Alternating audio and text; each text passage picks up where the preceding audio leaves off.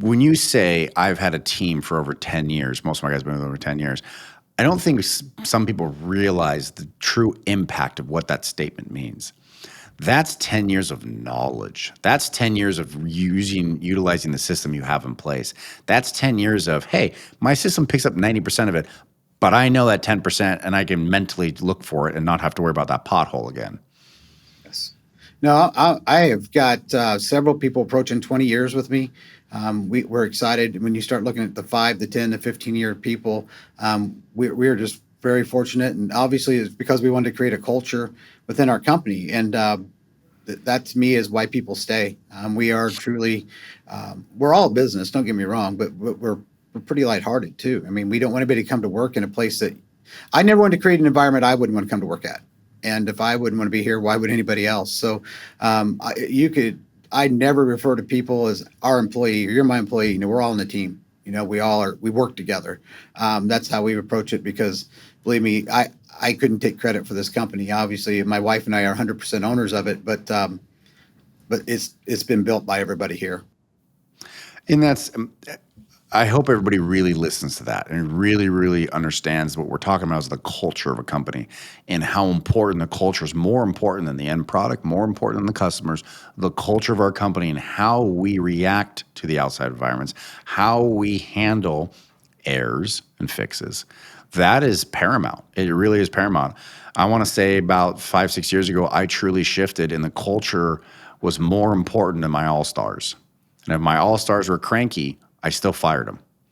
And the culture was just so important in the end. The company does better. The product out the outdoor is better. Everyone's happy to be here. I hardly have any HR issues when I finally put culture before any.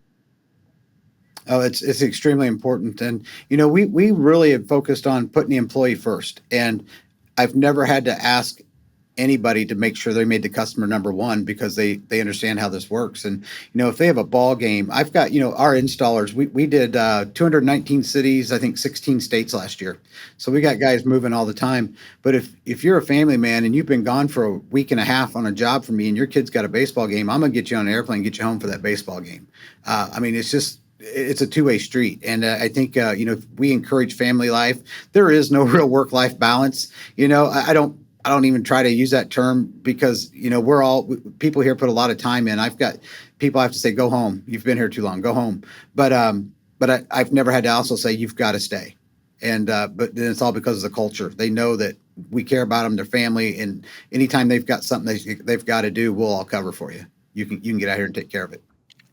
That's great. I love it. We echo the same thought process. Family in my mind comes first because I know if the family comes first, then they're also going to put the company first when they're. And I think that starts too in the hiring practice. Honestly, I wouldn't want anybody in this company I wouldn't trust with the key to my home.